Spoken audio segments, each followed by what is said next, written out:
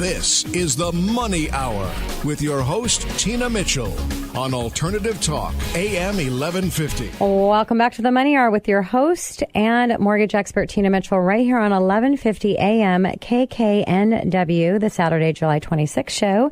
Each week I share expert advice and inside knowledge on how today's events can affect our local economy, which ultimately affects your money.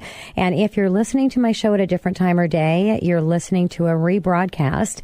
To talk to me directly or any of the guests that I have in studio, please feel free to call the show at 1-855-400-1150. Again, that's 1-855-400-1150 or online at themoneyhour.com. And in studio now, Kathy Morrow with RE/MAX Performance Plus. Real estate is a hot topic today, and there's a lot of advice on how to navigate through the environment. But the wrong advice can cost you big financial mistakes, and it is market specific on what you're doing, and every market's going to be different in what your strategy is going to be. So excited to have Kathy here to talk about her local market. Kathy, thank you for coming back in studio. Thank you for having me. And a little background on Kathy. Kathy was born and raised in Oregon and graduated from Oregon State University. After graduation, she married her husband, John, who was in the Air Force for 22 and a half years. And they have lived in many states in the United States. They settled back in the West Coast in 1996 and have bought and sold 5 houses along the way. And the process brings her personal experience to buying and selling real estate, which sometimes is the best experience to have when you've got it personally yourself. Kathy's been licensed in Washington State since 1997, so she has been through all of the ups and downs that we've seen in the real estate market. So, Kathy, we're going to talk a little bit about buyer and seller with you today, and let's go ahead and start out with the best way that a buyer can get the home that they want. And what does a buyer need to do? Well, the first thing they need to do is to get themselves pre-approved with the lender. And part of that pre-approval process means finding their assets and finding other debts, everything they want, and get that to the lender, such as Tina, to get this started. Without that pre-approval process in this competitive market, it's not possible to find a house. So I think sometimes, Kathy, and I so appreciate that coming from the realtor, and I think sometimes when I say things about your arena, clients might hear it differently, and vice versa. When you're saying something about my arena, they're going to hear it differently as well. And so I think it's important to hear it from your side. And I think a lot of people they think they're pre-qualified, and so they're ready to go if they're pre-qualified. But there's a difference between pre-qualified and pre-approved, as Kathy said. It's really going through all of the information. And why is that pre-approval letter so important, Kathy? We are still living in a seller's market, and they are going to take the highest and best multiple offer with the most qualified buyer. Somebody who thinks they have the money, I can get money, I have a house, I have this, I have that, isn't necessarily true. And sellers and their savvy agents are going to call the lender that they say they have a pre-approval with to find out if they truly are approved to begin that process. And I think it's important, too, and correct me if I'm wrong, Kathy, and how that letter is read to make sure it actually is a pre-approval that's been underwritten and not just a pre-approval that has an automated computer system, correct? Correct. If I am a listing agent and I see something that says they've essentially just spoken to someone, and you can have a nice fluffy little letter that says they're credit qualified, doesn't mean they have any down payment, doesn't mean they've made sure they don't have any surprise debts. Pre-approved means they've gone through the process, they've got their information to the lender, and it means something to that potential seller. Yep. Makes total sense. So let's talk about buyer's offer in a multiple offer situation and the importance of earnest money. And the higher the earnest money is, obviously it's going to make that offer stronger. But can you talk about that? How much earnest money are you seeing in your market? It still varies by the number of offers on it. Generally, you need at least 2%. Okay. In Washington, we only take up to 5%. So I just found that out recently, that there was a limit to the earnest money, but go ahead. Yeah. Well, and part of that becomes at risk. I work mostly the South End, so we're not quite as tight on people actually losing their earnest money as it might be in Seattle.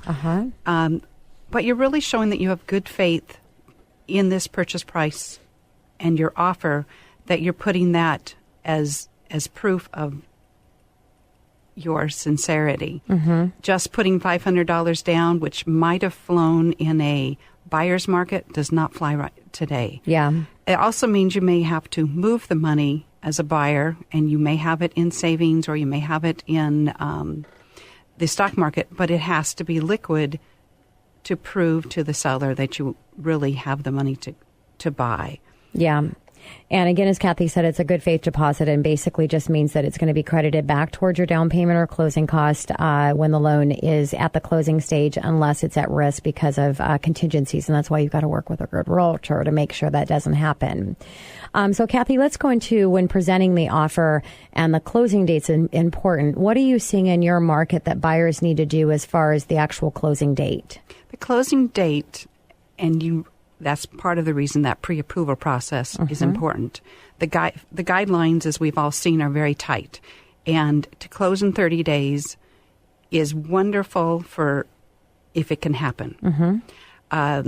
It may not be what the seller wants. The seller may want 45 days. They may want 15. If you've been pre-approved and have flexibility, then the 30 days or less can work. But I'm finding that frequently some lenders cannot do it in 30 days. They really need 45 days. And if you put down 30 days and you can't close, they may or may not extend to that new date.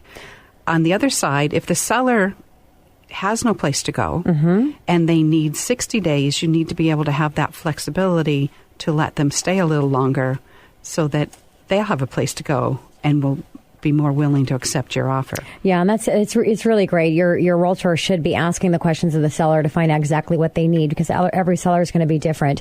And I appreciate the 45 days, Kathy. But what I will say is that your lender should be able to close in 30 days. There's a lot of nightmare scenarios that are happening out there, and it follows the 80-20 rule, and I think even a 90-10 rule that I make up. The 80-20 rule is everything's kind of 80-20, and I believe that maybe 20% of the industry is able to get that done. Make sure your work is guaranteed.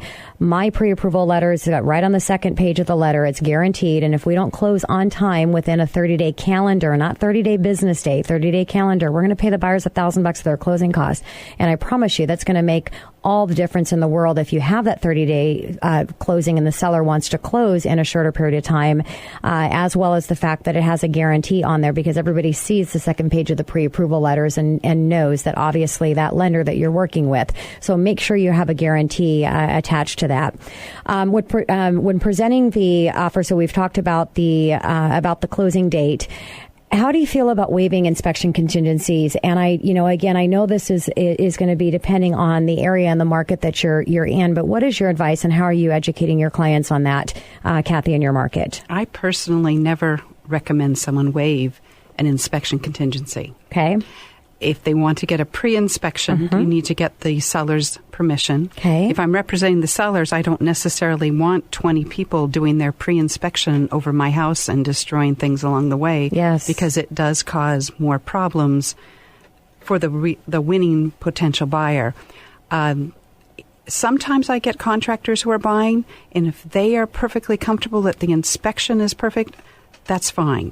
But most people need an inspection. There might be water in the crawl space. Most of my buyers don't look in the crawl space. There may be anything else wrong. There could be wiring or the box. Just anything can come up in an inspection that if you waive it, you've waived that right to get out of it. The lender may call it, and sometimes that is a win. If it's a VA loan or an FHA, they might be a little tighter, but they may not catch it either. Yeah. We're all human. Yep. And so if you've, I think it's important with waiving finance contingency just makes it, or waiving inspection contingency basically means you are doing no inspection of the home at all.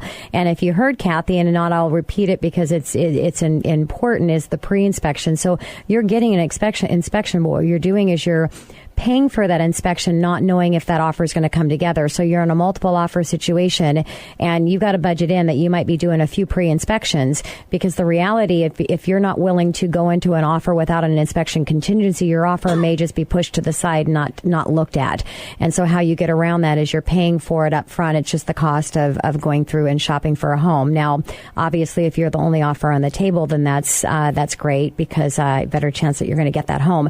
So Kathy, can you share one one creative thing that you're doing to help your buyers in multiple offers? Sometimes we write a wonderful letter that tells them how much they love the property, what their family's going to be like when they're living there. Sometimes it's that personal touch that makes that buyer looks more important. Okay. Financing contingency, of course, need to be in place. The inspection time frame, although I never recommend waiving it, I sometimes can do 3 or 4 days, and that's almost as good as waiving as far as the seller's concerned, because you know you're getting it done right away. Makes sense. Also, again, listening to what the seller wants. If the seller wants a 15-day close, that can work if I've got a cash buyer. If they need a 30 days or a 45 days, or they just want possession after closing a little bit, sometimes we use that to win. Yeah.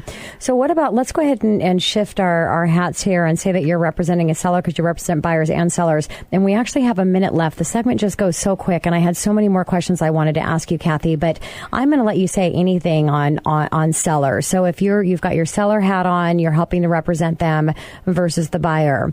What do you want our sellers to know? Well, sellers, first thing they need to do is get their house ready. They need to clean it, declutter it, stage it, get it ready to go. Make sure it smells nice. When they drive up, put that buyer's hat on and see, does it have street appeal? Those are the first things. And then set a realistic price. I mean, we are in a normal market. Our prices go up in the spring and they kind of stabilize in the summer. Thank goodness we're in a regular market, because that seems to be what's happening again. It's fair. I mean, the buyers and the sellers are getting fair deals. I don't think we're seeing too many people overpay. And in our state, people won't overpay. We think our house is worth that price. They only will show if the buyer is qualified to that price. So pricing the home correctly to start with, I think, is probably the most important thing they need to do. I totally agree. Kathy, thank you so much for coming back in studio and sharing information with my listeners. Really appreciate it. And if you want to talk to Kathy, pick up the phone, give the show a call, 1-855-400-1150. Again, that's 1-855-400-1150. Or you can go online at themoneyhour.com. And if you've missed any of the show, because I've got some dynamic people in studio today, you can always listen. Type in their name or type in the subject you're looking for in the search bar, and you can pull up any of the mini segments on all of the guests and listen to them. Oh, it's kind of like a good movie. You miss some of the stuff and you just want to listen to it over and over again. So we've got everything podcast right on the website. Kathy, again, thank you so much. Thank you. And coming up next in the Money Hour, what do you need to know about the local real estate market in another area? Wolf Pulse with Windermere Real Estate Yarrow Bay, right here on 1150 AM KKNW after this short break.